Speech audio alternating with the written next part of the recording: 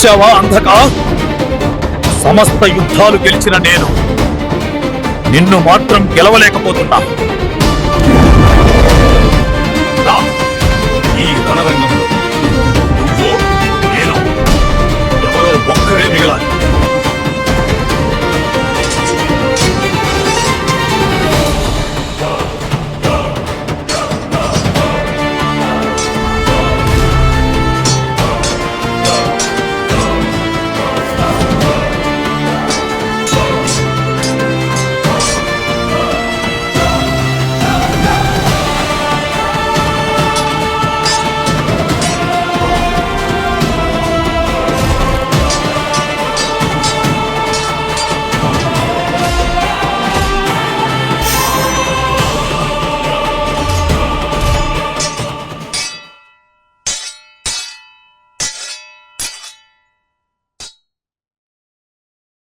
వృధా ప్రయత్నం రుద్రవీరా.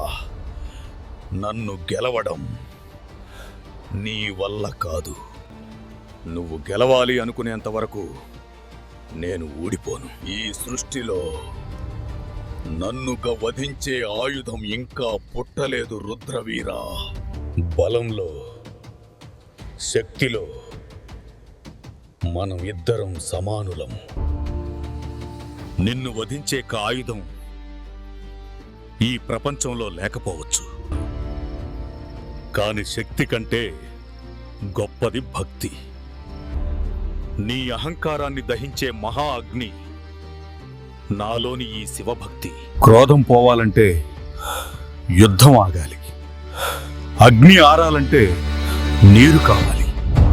ఓం నమః శివాయ, ఓం నమః శివాయ, ఓం నమః శివాయ, ఓం నమః శివాయ, ఓం నమః శివాయ, ఓం నమః శివాయ, ఓం నమః శివాయ, ఓం నమః శివాయ, ఓం నమః శివాయ, ఓం నమః శివాయ, ఓం నమః శివాయ, ఓం నమః శివాయ, ఓం నమః శివాయ.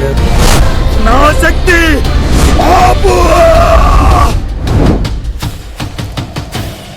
ఓం నమః శివాయ.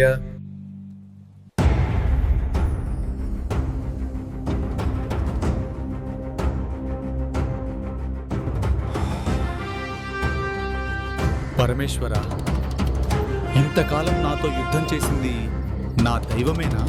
లేదు రుద్రవీర, నువ్వు పోరాడింది నన్ను చేరుకోవడానికి అడ్డుగా ఉన్న నీ శత్రువు బయట ఉంటే అది విజయం, అదే శత్రువు లోపల ఉంటే అది వినాశం. ఈరోజు నీ రౌద్రం శాంతించింది, అందుకే నీ శివుడు దర్శనమిచ్చాడు. ఒకటి గుర్తుపెట్టుకో, శస్త్రం కంటే శాంతం గొప్పది.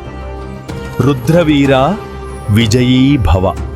The true enemy is not the one standing before you, but the ego residing within you. You cannot defeat darkness with power alone. It is only through surrender and devotion that inner demons are destroyed.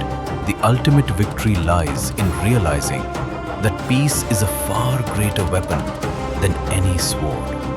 నిజమైన శత్రువు మన ఎదుట నిలబడినవాడు కాదు, మనలో దాగున్న అహంకారం. ఆ అహాన్ని జయించడానికి శక్తి పనికిరాదు, కేవలం భక్తి మరియు శాంతం మాత్రమే శరణ్యం. బయటి ప్రపంచాన్ని గెలవడం కంటే తనలోని అహంకారాన్ని గెలవడమే నిజమైన మరియు